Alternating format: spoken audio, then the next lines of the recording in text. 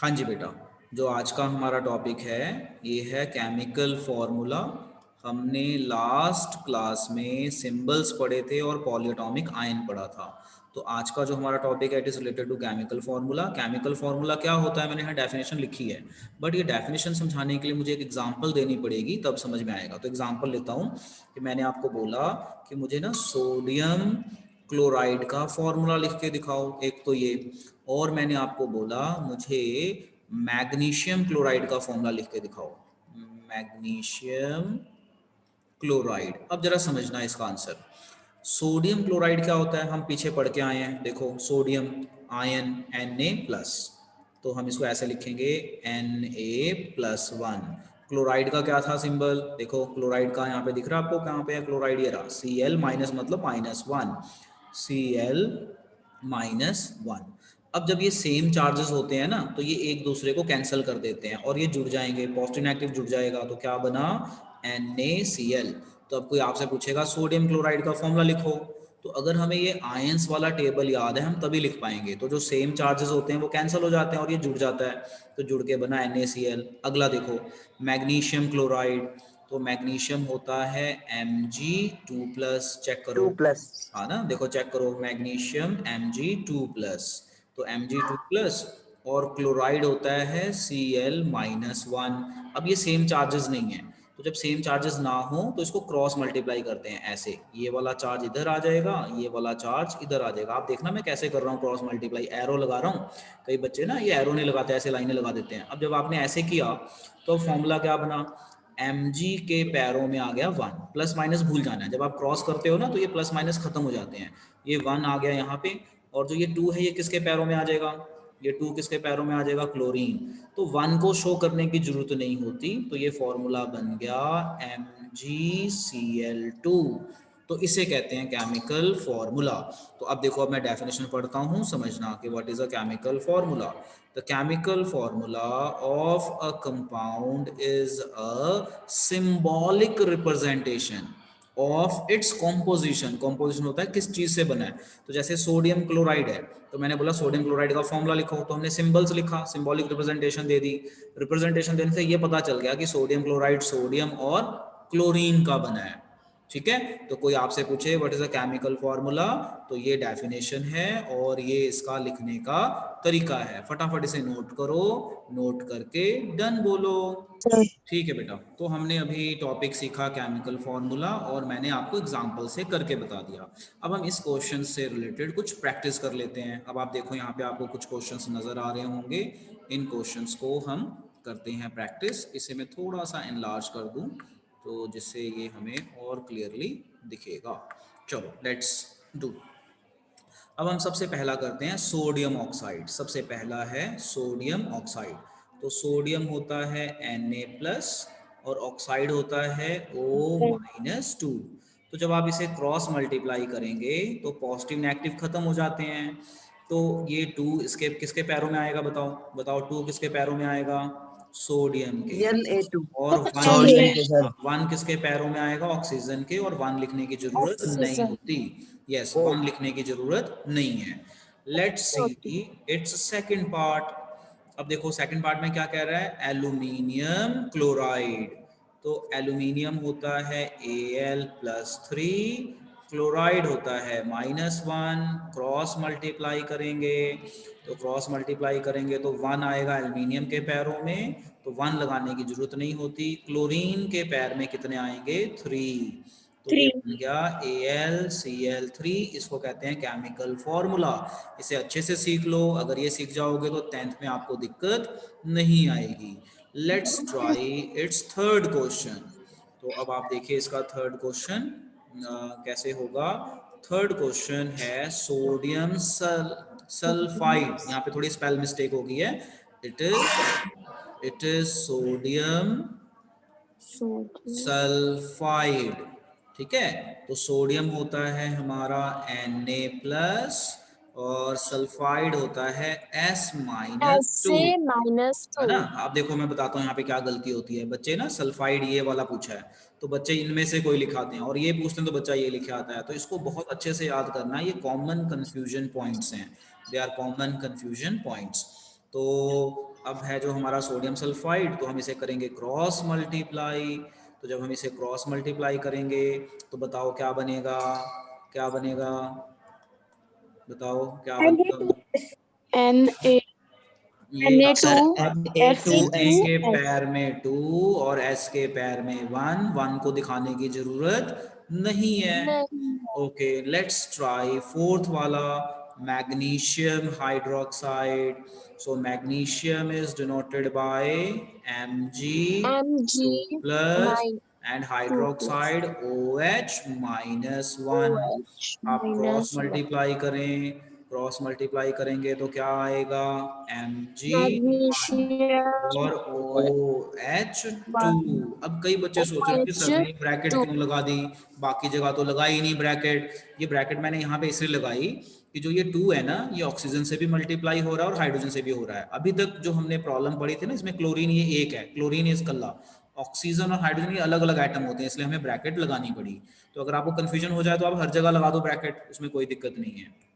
चलो इसे नोट कर लो और डन बोलो। Let's practice some more examples.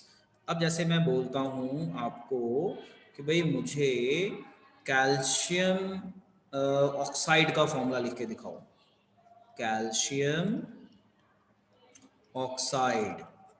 अब कैल्शियम होता है Ca2 प्लस, ऑक्साइड होता है -2। अब मैंने बताया था सेम चार्जेस, तो सेम चार्जेस होंगे तो वो कैंसिल हो जाते हैं और फॉर्मूला क्या बनेगा बेटा, क्या बनेगा फॉर्मूला, CaO। CaO। समझ में आ गया ना, सेम चार्जेस होंगे तो कैंसिल हो जाएगा। जैसे लेट अस से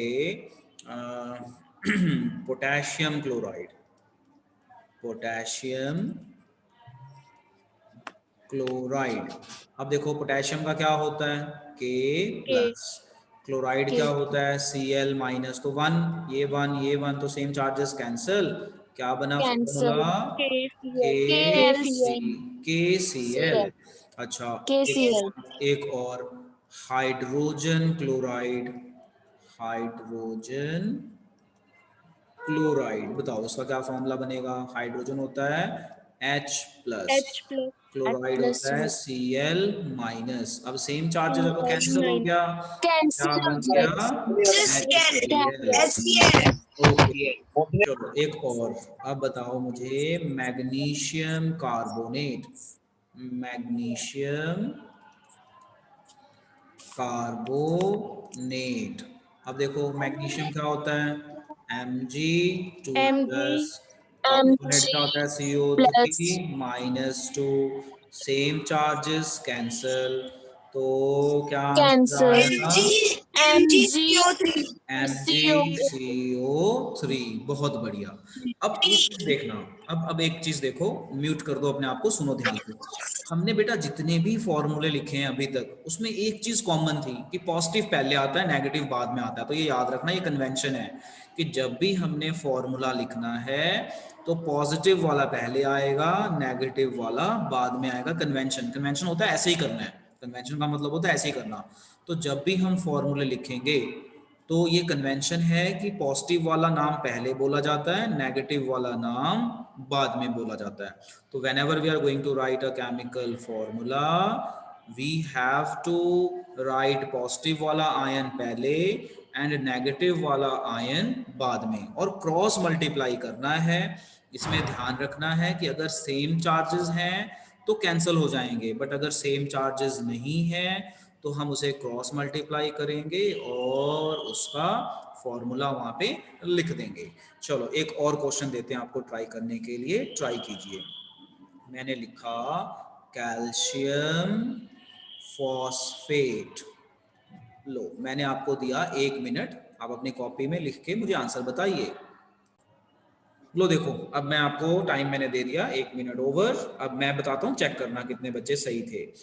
कैल्शियम होता है Ca2 प्लस, फॉस्फेट होता है PO4-3।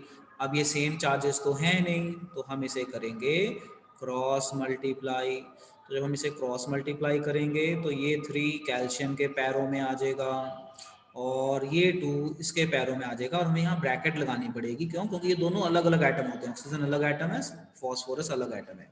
तो PO4 3। कई बच्चों को दिक्कत आती है कि मुझे पता नहीं चल रहा मैं ब्रैकेट कहाँ लगाऊं, तो आप हर जगह ही लगा दो, कोई दिक्कत नहीं है, कोई नंबर नहीं कटेंगे। अगर आपको नहीं पता चल रहा कि ब्रैकेट कहाँ लगाने हैं तो आप हर जगह लगा दो, क्योंकि ब्रैकेट लगाने से नंबर नहीं कटेंगे। हाँ सर रितिका यहाँ पे बोलो। 2 नहीं सर होना यहाँ पे चाहिए। PO4 3। हाँ जी सर बिल्कुल वहाँ सही, दूसरे के 2 यहाँ आएगा। पे आएगा 2। बिल्कुल सही बेटा, बिल्कुल सही, यहाँ पे आना चाहिए 2। अच्छा, अब एक ना कंफ्यूजन हो जाती है बच्चों को, तो वो कंफ्यूजन दूर करते हैं। जैसे पेपर में क्वेश्चन आ गया, right formula and molar mass of sodium chloride, मान लो ऐसा आ गया पेपर में। तो अब आप ये कंफ्यूज ना होना, अब यहाँ पे ना 2 चीजें पूछ ली हैं। क्या पूछा है? एक तो फॉर्मूला पूछा है और एक आपसे पूछ लिया मोलर मास किसका? सोडियम क्लोराइड का। अब ये क्वेश्चन है, इसका आंसर देखो क्या होता है। Let's try to understand its answer. तो सबसे पहले हम लिखेंगे formula.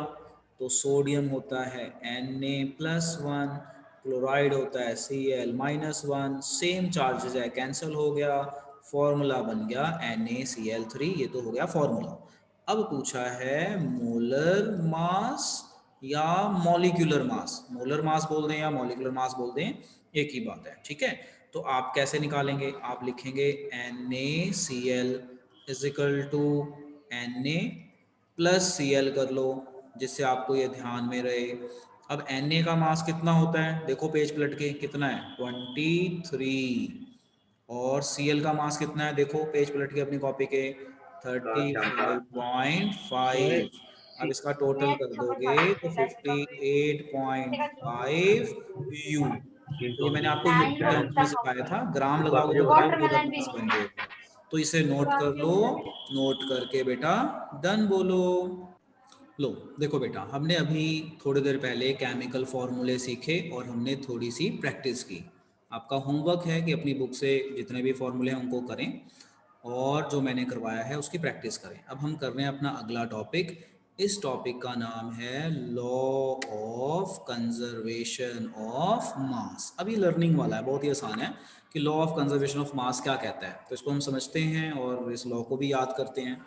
Law of conservation of mass कहता है कि मास can neither be created nor destroyed in a chemical reaction. क्या कहता है? Law of conservation of mass states that, ये लॉ बेटा ऐसा याद करते हैं कि मास can neither be created nor destroyed in a chemical reaction. देखो इसका मतलब क्या है, मैं समझाता हूँ, समझना जरा ध्यान से, इसका मतलब समझा रहा हूँ। जैसे मान लो आपके पास सोडियम क्लोराइड है, लेट अस से 20 ग्राम, ठीक है। समझाने के लिए बता रहा हूँ, it's a hypothetical type of thing कि आपके पास NaCl है इतना और आपके पास वाटर है लेट अस से 50 ग्राम, ठीक है। इन दोनों को हमने मिक्स कर दिया। तो जब हमने इन दोनों को एक डब्बे में डाल के मिक्स कर दिया एक कंटेनर में, तो कंटेनर में पानी भी आ गया। अब यहाँ पे एक सोल्यूशन बन जाएगा, क्या बनेगा? NaCl और वाटर का मिक्सचर है। तो इसका टोटल मास कितना होना चाहिए? 70 ग्राम, क्योंकि 20 ग्राम ये मिलाया और 50 ग्राम हमने वाटर मिलाया, है ना। वैसे तो ml में होता है, मैं समझाने के लिए ऐसा ले रहा हूँ। तो अब आप देखो, इसका टोटल करो, ये भी 70, इसका टोटल करो, ये भी 70। ऐसा नहीं होगा कि आपने 70 मिलाया यहाँ 60 हो जाए या यहाँ 80 हो जाए, ऐसा कभी नहीं होगा। बस इसी को कहते हैं law of conservation of mass.